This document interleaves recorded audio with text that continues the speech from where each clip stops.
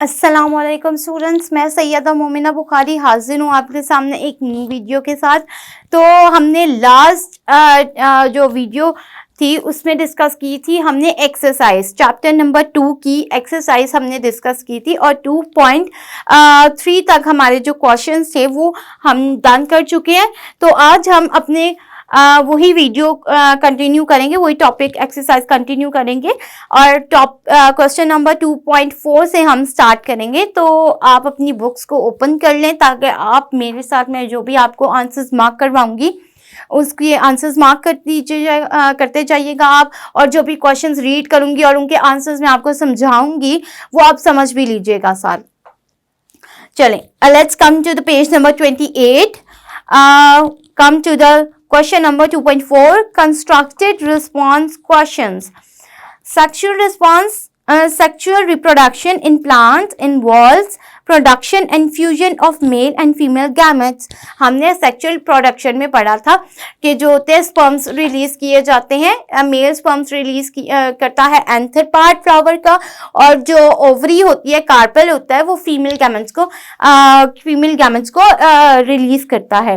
अब इसका part A देखें कि व्हाट आर गैमेट्स। तो गैमेट्स मैंने आपको बताया था कि गैमेट्स क्या होता है। Gametes are the male sperms. Gametes are the, वैसे तो मेल लगाने की जरूरत नहीं है क्योंकि गैमेट्स जो होते हैं वो जो मेल के एंथर जो मेल स्पर्म रिलीज करता है उसको भी गैमेट्स से कहते हैं, और जो फीमेल जो कार्पेल होता है वो फीमेल गैमेट्स को जब फीमेल स्पर्म्स को जब रिलीज करते हैं तो उसको भी गैमेट्स कहते हैं। तो आप सिंपली लिख सकते हैं gametes are the sperm release by the anther and the carpel which are the parts of the flower.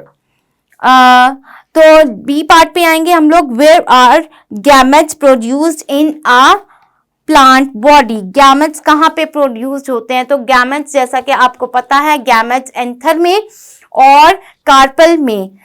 Anther में मेल गैमेट्स प्रोड्यूस होते हैं, मेल स्पर्म्स प्रोड्यूस होते हैं, और जो कार्पेल होता है उसमें फीमेल गैमेट्स की प्रोडक्शन होती है। तो इसका आंसर है the male gametes produced in the anther and female gametes are produced in carpel. Come to the C part. How do male and female gametes approach each other for fusion? अब ये किस तरह से pollen grains जो होते हैं वो stigma तक जाते हैं। तो इसका आंसर अगर आप देख लेंगे पेज नंबर, इसका अगर आंसर आप देख लेंगे सेक्सुअल रिप्रोडक्शन के टॉपिक में, सेक्सुअल रिप्रोडक्शन के टॉपिक में आप आ जाएं पेज नंबर 22 पे आ जाएं, तो ये जो मिड पे एक 1.5 लाइन जो लिखी हुई है सीड डिस्पर्सल। तो किस तरह से पोलन ग्रेन्स जो होते हैं वो स्टिग्मा तक पहुंचते हैं, सीड डिस्पर्सल के थ्रू पहुंचते हैं। अब ये लाइन को रीड आउट करेंगे। Seeds of some plants are dispersed और carried to other places through animals, wind and water etcetera. तो ये जो आंसर है आपके सी पार्ट का आंसर है। अब नेक्स्ट आते हैं डी की तरफ मूव करते हैं। Why do male and female gametes fuse with each other. तो सेक्सुअल रिप्रोडक्शन में हमने बात की थी कि उसमें जो होता है जाइगोट की क्योंकि फॉर्मेशन होनी होती है, तो जाइगोट की फॉर्मेशन के लिए मेल गैमेट्स को स्टेमन में से मेल गैमेट्स को कार्पेल में जो कि ओवरी है उसमें जाना होता है। इसीलिए तो ओवरी के अंदर जो ओव्यूल्स प्रेजेंट होते हैं उसके अंदर जाइगोट की फॉर्मेशन होती है। तो for the sake of the formation of the zygote this process is going to be happen. क्या मतलब पोलन ग्रेन्स इसी प्रोसेस के लिए जो होते हैं वो स्टिग्मा ओवरी या ओवरी तक जाते हैं क्योंकि वो एक जाइगोट की प्रोडक्शन कर सके। जो जाइगोट जो होगा वो ओवरी के अंदर जो ओव्यूल्स प्रेजेंट है उसके अंदर उसकी फॉर्मेशन होगी। अगर पोलन ग्रेन्स जो होंगे वो नहीं जाएंगे स्टिग्मा के अंदर, ओवरी के अंदर नहीं जाएंगे, तो ऑब्वियसली जो एक सेक्सुअल रिप्रोडक्शन का जो प्रोसेस है वो होगा ही नहीं क्योंकि जाइगोट की प्रोडक्शन ही नहीं होगी। तो यही आपका इसका डी पार्ट का आंसर है कि for the production of the zygote male and female gametes fuse with each other.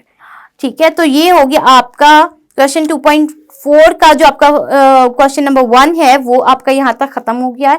अब नेक्स्ट हम क्वेश्चन नंबर 2 की तरफ मूव करते हैं। अ flower can produce million of pollen grains and less number of ovules why do you think it happen so? तो इसका simply answer ये है क्योंकि पोलन्स ज़्यादा तादाद में इसीलिए प्रोड्यूस होते हैं क्योंकि वो सीड डिस्पर्सल के प्रोसेस के थ्रू, जब सीड डिस्पर्सल हो रहा होता है, पोलन ग्रेन्स जो होते हैं वो स्टिग्मा तक पहुंच रहे होते हैं, तो काफ़ी पोलन ग्रेन्स जो होते हैं वो ज़ाया होने के भी चांसेस होते हैं, वेस्ट भी हो जाते हैं।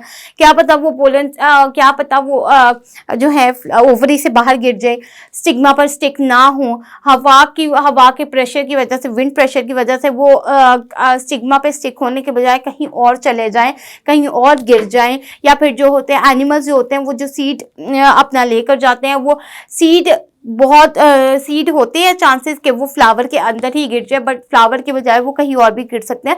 तो इसीलिए बहुत सारे पोलन ग्रेन्स जो होते हैं वो वेस्ट होने के चांसेस बहुत ज़्यादा इसमें होते हैं। और ओव्यूल्स जो होते हैं उसने तो कहीं पे भी नहीं जाना होता, उसने तो ओवरी में ही रहना होता है, तो ओव्यूल्स इसीलिए कम मौजूद होते हैं और पोलन्स इसीलिए ज़्यादा किए जाते हैं क्योंकि पोलन्स जो होते हैं वो वेस्ट होने के ज़्यादा चांसेस होते हैं। तो आ जाए आप अपने नेक्स्ट वाले क्वेश्चन पे, question number 3, what do you think is the most effective way of plants reproduction? अब प्लांट्स रिप्रोडक्शन का मोस्ट इफेक्टिव वे क्या है? इसमें मैंने अपनी एक वीडियो की आर्टिफिशियल वेजिटेटिव प्रोपगेशन की वीडियो में मैंने आपको बताया था कि जो सेक्सुअल रिप्रोडक्शन है उसमें जाइगोट की फॉर्मेशन होगी, तब कहीं जाकर जो होगा एक प्लांट की रिप्रोडक्शन होगी। तो अगर हम आर्टिफिशियल वेजिटेटिव एसेक्सुअल रिप्रोडक्शन करते हुए आर्टिफिशियल वेजिटेटिव प्रोपगेशन की तरफ जाते हैं तो हम ज़्यादा से ज़्यादा प्लांट्स की ग्रोथ करवा सकते हैं, क्योंकि 4 तरीके हैं जिनसे हम आर्टिफिशियल वेजिटेटिव प्रोपगेशन करवा सकते हैं। उन चारों प्रोसेसेस को यूज़ करते हुए एट अ टाइम हम बहुत से प्लांट्स की ग्रोथ करवा सकते हैं। तो the artificial vegetative propagation process is most effective than others. Next आप आ जाए, describe the advantages of artificial vegetative propagation in plants. ये भी मैं आपके साथ डिस्कस कर चुकी हूँ। पेज नंबर 26 पे topic 2.1.3 advantages of artificial propagation. तो यहाँ पे आपके 4 एडवांटेजेस गिवन है, ये इन चीज के इसका आपके क्वेश्चन नंबर 4 का आंसर होगा। नेक्स्ट आ जाते हैं, right a brief note on each of the following. ये इस चीज के बारे में भी हम डिस्कस कर चुके हैं, आर्टिफिशियल वेजिटेटिव प्रोपगेशन के 4 प्रोसेसेस के बारे में पूछा गया है। आप यहाँ से पेज नंबर 25 से आप यहाँ पे अपने इस क्वेश्चन का आंसर मार्क कर सकते हैं।